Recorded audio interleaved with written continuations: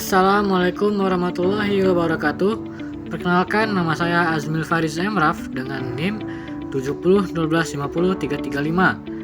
Saya dari program studi Sistem Informasi semester 2 kelas H. Saya akan menyampaikan atau menjelaskan materi tentang masyarakat madani atau civil society.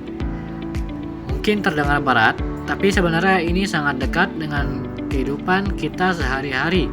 Singkatnya, masyarakat madani adalah ruang publik yang mandiri di mana kita sebagai warga negara punya kebebasan untuk berinteraksi, berorganisasi, dan bersuara tanpa harus selalu bawa kendali negara. Bayangkan ini sebagai fondasi tempat kita menjadi subjek aktif, bukan sekedar objek yang hanya menerima kebijakan pemerintah, tapi yang ikut mengawasi dan memberikan masukan. Di Indonesia, konsep ini sangat menarik. Banyak yang berpikir ini cuma gaya-gayaan barat, padahal menurut pakar seperti Azumardi Azra, masyarakat madani kita itu punya akar yang kuat. Kita punya nilai-nilai lokal seperti musyawarah, semangat bergotong royong, dan nilai-nilai agama yang humanis yang menjadi napas dari ruang publik kita. Lalu, siapa saja sih penggeraknya? Pilar-pilar penting yang menjaga ini tetap hidup yaitu ada LSM atau NGO. Mereka menjadi mata dan telinga kita untuk mengawal isu krusial seperti lingkungan, kemiskinan, sampai penegak HAM. Lalu ada pers yang independen. Ini adalah pilar keempat demokrasi. Tanpa pers yang berani, transparansi hanya jadi mimpi. Ketiga ada dunia akademisi. Kampus dan intelektual bertugas menyediakan gagasan-gagasan kritis untuk kebijakan publik. Tapi, apa semuanya berjalan mulus? Sayangnya tidak. Kita menghadapi tantangan yang sangat kompleks di era modern ini. Pertama itu, literasi politik yang rendah. Masih banyak dari kita yang kurang paham akan hak dan kewajiban sebagai warga negara. Selanjutnya ada polarisasi identitas. Sosial sering kali menciptakan ruang gema atau echo chamber.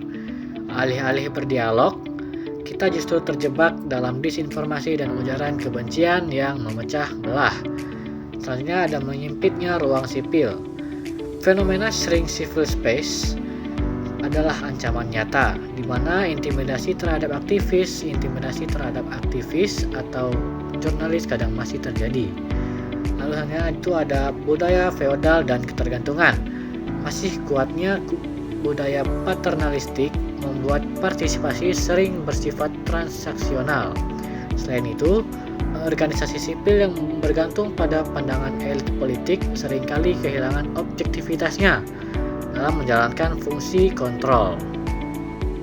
Lantas, apa yang harus kita lakukan?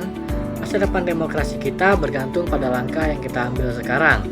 Kita perlu membangun ekosistem hukum yang melindungi kebebasan berpendapat secara penuh.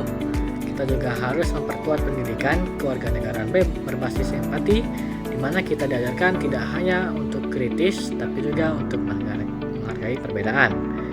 Bagi organisasi masyarakat sipil, kemandirian ekonomi adalah kunci. Dengan model usaha mandiri, mereka tidak mudah disetir oleh agenda-agenda pihak tertentu. Dan bagi kita semua, literasi digital adalah harga mati. Kita harus bijak menyaring informasi sebelum membagikannya. Masyarakat madani bukan sekadar konsep di buku, tapi tentang bagaimana kita sebagai bagian dari bangsa ini berani terlibat, bersikap kritis, dan tetap menjunjung tinggi nilai keadaban. Kalau ruang publik kita sehat dan beradab, masa depan Indonesia sebagai bangsa yang demokratis pasti akan lebih cerah. Terima kasih sudah menyimak. Semoga obrolan hari ini bisa membuka perspektif baru. Menurut kalian, langkah apa yang paling mendesak untuk memperkuat masyarakat madani kita? Tulis pendapat kalian di bawah ya.